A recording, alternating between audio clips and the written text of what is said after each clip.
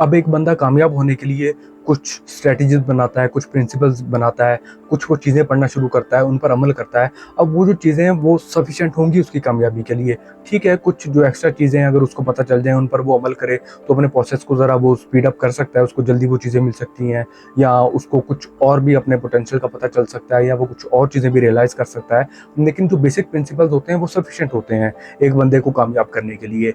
अब मसला ये नहीं है कि वो जो इन्फॉर्मेशन उसके पास अवेलेबल है, या वो बार-बार जो भी वो ट्राई कर रहा है, ये चीज़ सफिशिएंट नहीं है, या ये चीज़ उसको कामयाब नहीं कर सकती। मसला ये नहीं है।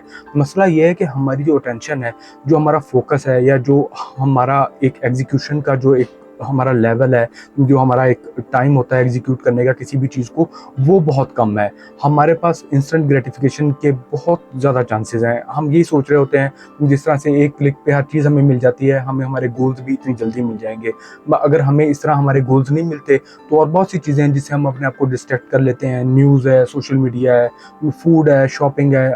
हम मतलब किसी और तरफ जो दुनिया की जो भी हलचल है उसमें महव हो जाते हैं। फिर जब हमें याद आता है फिर हम दोबारा आते हैं, लेकिन फिर दोबारा हम डिस्ट्रैक्ट हो जाते हैं, तो अल्टीमेटली हम अपने गोल्स को छोड़ देते हैं। अब जिस तरह हमने पहले बात की है कि अगर आपने कामयाब होना है तो पहले तो आपको अपने गोल का, अपने पोटेंशियल का पता होना चाहिए। फिर आपने प्लान बनाना है, क्योंकि आपको टाइम लगना है। इंस्टेंट ट्रांसफॉर्मेशन आपको नहीं मिलनी। सेल्फ हेल्प इंडस्ट्री में आपको यही बताया जाता है, या हमारी थॉट्स यही होती हैं कि हम अनकॉन्शियसली से ही यही सोच रहे होते हैं कि एक बुक या एक कोर्स हमें फुली ट्रांसफॉर्म कर देगा या चंद दिनों में कर देगा। ऐसा पॉसिबल नहीं होता।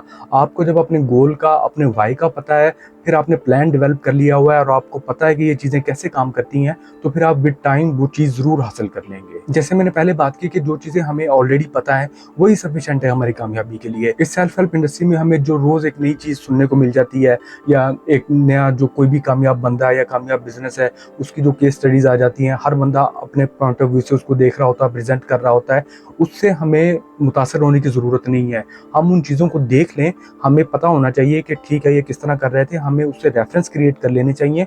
लेकिन हमें ये नहीं करना चाहिए कि ऑलरेडी जो आपकी स्ट्रेटजी है आप उसको छोड़ें, या जो बंदा कामयाब हो चुका हुआ है या जो बिज़नेस कामयाब हो गया हुआ है, आप उसको आइडियलाइज़ करना शुरू कर दें और आप अपने एक्शंस छोड़ दें। क्योंकि नॉर्मली होता यही है कि जब हमें किसी सक्सेस स्टोरी का पता चलता है, तो हम ये इन्वेस्टिगेट नहीं करते कि वो लोग कैसे कामयाब हुए थे, कितना उन्हें टाइम लगा था, किस तरह से वो लोग चलते रहे हैं। हम सिर्फ उसकी कामयाबी को देखते हैं, और जो उनका एंड रिजल्ट होता है उसको हम अपने डे वन के साथ कंपेयर करना शुरू कर देते हैं। तो आपको हर चीज़ इस सेंस में पढ़ने की, जानने की ज़रूरत नहीं है कि ये लोग जिस तरह कामयाब हुए थे मैं भी वैसे ही कामयाब होऊंगा।